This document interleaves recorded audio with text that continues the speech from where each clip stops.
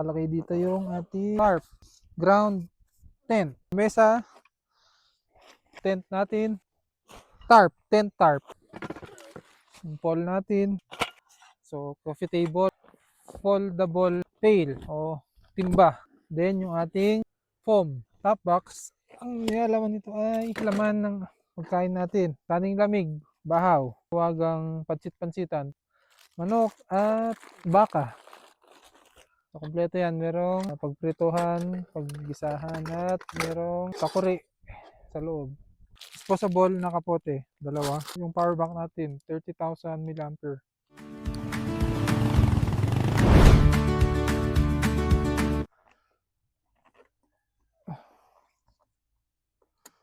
Papakita ko na yung mga dala namin.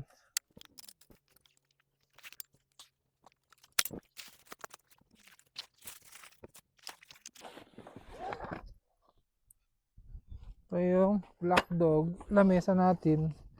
Nakalagay dito yung ating tarp, tent tarp at yung ating ground tent. So dito natin nilalagay o pinapatong yung tent natin. So importante to para kung sakaling mulan hindi mababasa yung floor ng ating tent. So buka muna natin. Okay.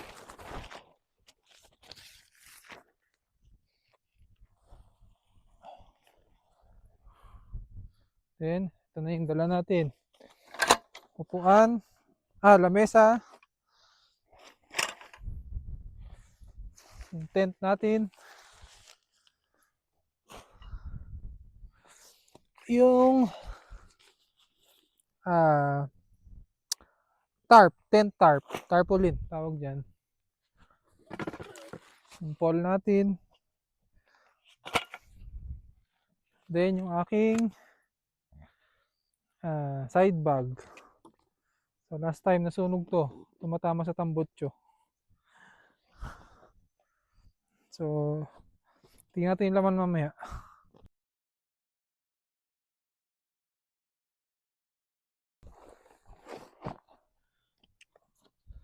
So laman nito,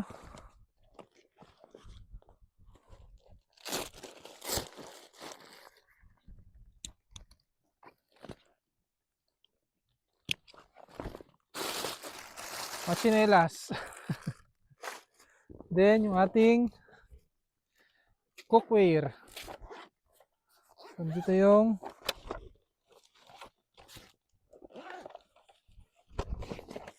pinggan,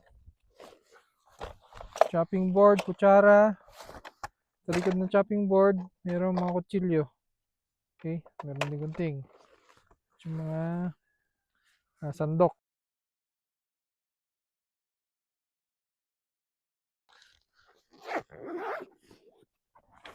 Then, meron tayo yung dalawa nating upuan. Mamaya, set up natin bago tayo ng tent. Magkape muna.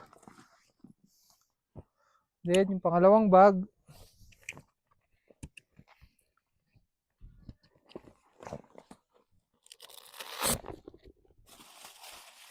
Chinelas pa din. At ating foldable pail o timba. So, dalawa para hindi pa balik-balik sa pag-igib ng tubig. Then, meron din tayong isa pang lamesa. So, coffee table or backup table. Then, yung ating foam. Tama ba? Inflatable bed. Pero, mamaya makita nyo paano i-open. At yung ating tent, tawag dito, tent peg. Tama ba? So, dito nakalagay yung mga secure na tayong hammer. Then yung mga tent peg at mga tali. So, para matibay yung ating tent. At syempre yung ating top box. Tingnan natin kung nasa loob nito.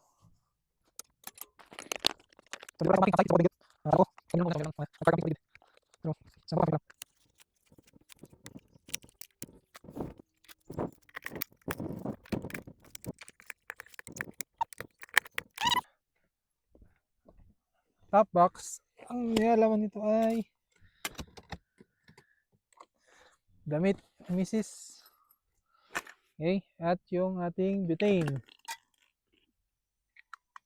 So, isa enough na para sa buong pag-camping at yung ating tawag dito, lutuan, pinaka-stove, portable stove. So, mamaya makita kung paano i-operate. Then, ito na yung mga laman ng pagkain natin. Mini ice box o cool box. So, mga ricados, kaning lamig, bahaw, pang hapunan, pang almusal. Then, ang ating mahiwagang pansit-pansitan, tumutubo lang sa paligid, marami nito, kaya dadala kami. So, mainam na gamot sa gout at pababa ng uric. At yung ating mga karning manok at baka. So, siguro mamaya maggawa tayo ng chicken soup. Ito, siguro almusal na. Steak. So, malamig pa. Malamig yan dahil meron tayong freezable ice pack. So, tigas pa rin. Yung mga ricado, ang laman nito, mais. Kita natin yung steak butter para sa ating baka. Ground pepper, asin, at mantika. So, yun lang. So, ito natatanggal talaga to. Pwede namin balik. Okay, mga apple, pang snack, orange, aming mga cup, at yung sinasabing nire-rentahan namin, lutuan. So, kompleto yan. Merong pagprituhan, paggisahan, at merong pakuri sa loob. Okay. So, most likely, ito na yung dala namin. Ay, hindi pa pala. Sa U-Box. Check natin. Sa ating U-Box, andito yung mga since malamig yung panahon. Saglit. Ito pala yung mga tank bag tawag dito eh. Dito yung mga damit ko, mga ilaw, mga gadget. Dito, power bank nandito. Mamaya open natin at yung laman ng U-Box compress na mga tulugan. Kumot, jacket. Dahil mamayang gabi sigurado malamig. Base sa Google, abot ng 17 degrees Celsius mamayang gabi. So para sa aking bag, yung mga damit ko, dito rin yung mga ilaw. So mamaya kita kung paano siya set up. At kapote, may kapote tayo dito for emergency. Halimbawang maabutan tayo ulan sa kalsada. Disposable na kapote, dalawa. So disposable para hindi takaw sa space kumpara dun sa mga reusable. And yung power bank natin, 30,000 mAh.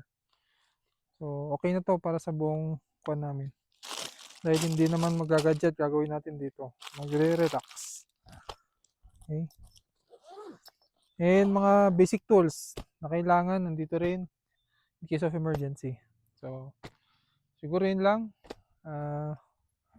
Magkape muna din. Mamaya magsiset up na. Okay?